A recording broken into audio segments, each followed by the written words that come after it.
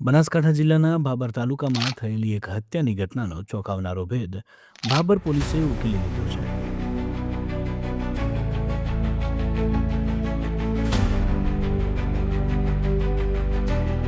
તેમને ગામની જ કોઈ એક છોકરી સાથે આડા સંબંધો હોય.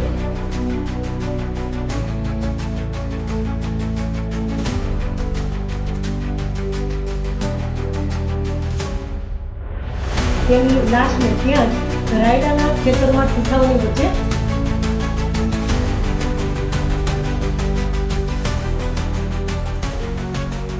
ભાબર તાલુકાના અબાસણા ગામના રહેવાસી જગદીશ ઠાકોર 6 માર્ચના રોજ અચાનક ગુમ થઈ ગયા હતા.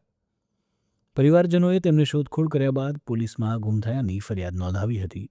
ફરિયાદના આધારે ભાબર પોલીસ અને પેરોલ સ્કોડે અલગ અલગ ટીમો બનાવીને તપાસ શરૂ કરી હતી. તપાસ દરમિયાન પોલીસને શંકા જતા એક સગીરની પૂછપરછ કરવામાં આવી હતી, જેમાં સગીરે ગુનાની કબૂલાત કરતા સમગ્ર હત્યાનો ભેદ ખુલ્લો પડી ગયો હતો.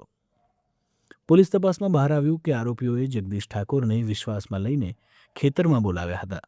જ્યાં તેમની હત્યા કરી દેવામાં આવી હતી. હત્યા કર્યા બાદ આરોપીએ લાશને રાયડાના ખેતરમાં ઢાંકી સંતાડી દીધી હતી.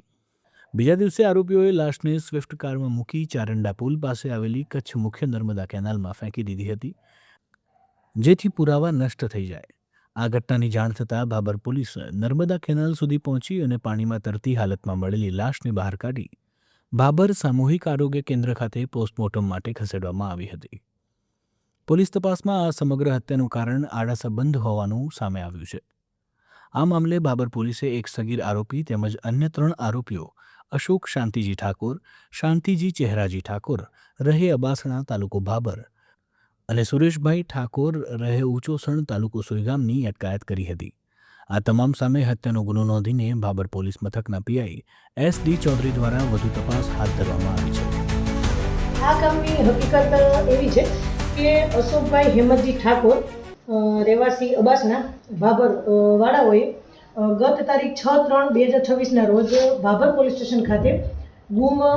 જાહેર ખબર આપેલ હતી, જે પૈકી તેમને એવું જણાવેલ હતું કે ગત તારીખ 5/3/2026ના રોજ પરિવારના સભ્યો તથા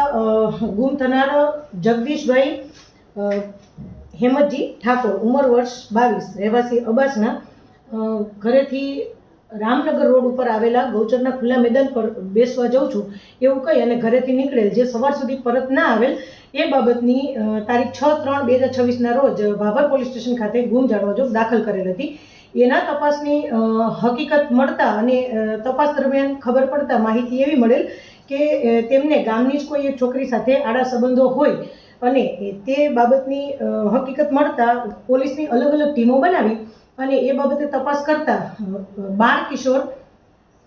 સંજયભાઈ અમરતજી ઠાકોર એમને રાઉન્ડઅપ કરી અને યુક્તિ પ્રયુક્તિથી પૂછપરછ કરતા તેમણે સઘળી હકીકત જણાવેલી કે તેમના મોટા બાપાના દીકરા અશોકજી શાંતિજી ઠાકોર રહેવાસી અબાસણા તાલુકો ભાબર એમની સાથે મળી અને જગદીશ હેમતજી ઠાકોર એમને બોલાવેલ હતા અને એમના માથાના ભાગે ધોકો મારી અને તેમને નીચે પાડી દીધેલ હતા અને ત્યારબાદ તેમને સંજય પાસે રહેલા છરાથી છાતી ઉપર ઉપરા ઉપરી 3 ઘા કરેલા હતા અને ગળાના ભાગે એક કાપો મૂકી અને તેની હત્યા કરેલી હતી. ત્યારબાદ તેની લાશને ત્યાં જ રાયડાના ખેતરમાં ઠૂંઠાઓની વચ્ચે ઢાંકી અને ત્યાંથી એ જતા રહેલા હતા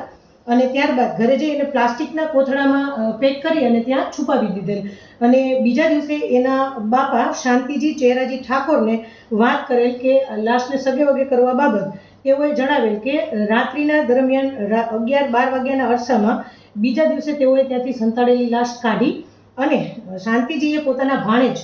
સુરેશ હરજીભાઈ ઠાકોર રહેવાસી ઊંચોસણ સુઈગામવાળાને જાણ કરી અને તેને બોલાવેલ અને તેઓ તેમના કબજાની સ્વિફ્ટ ગાડી લઈને આવેલા અને આ ગાડીની અંદર બાકીના 3 જણાઓએ મળી અને લાશને છુપાવી ચારંડા પુલ પાસે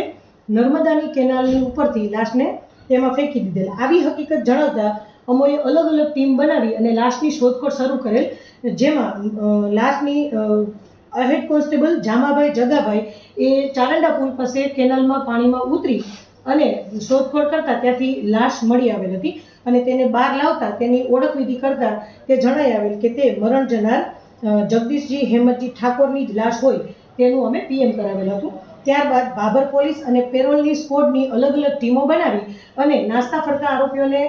સત્વરે ગણતરીની કલાકોમાં શોધી કાઢેલ અને તેમની વિરુદ્ધમાં ખૂન, ગુનાહિત કાવતરું તથા પુરાવાઓનો નાશ કરવા વગેરે જેવી કલમો સાથે ગુનો દાખલ કરવામાં આવેલ છે અને આગળ તપાસ ચાલુ છે. ઘટનામાં કુલ 4 આરોપીઓ છે, જેમાં સંજયજી અમરતજી ઠાકોર જે બાળ કિશોર છે અને અશોક શાંતિજી ઠાકોર, શાંતિજી ચહેરાજી ઠાકોર અને સુરેશ હરજીભાઈ ઠાકોર, કુલ 4 આરોપીઓ આ ઘટનામાં સંડોવાયેલા છે. એ તપાસનો વિષય છે અને તપાસ બાદ જ ખ્યાલ આવશે.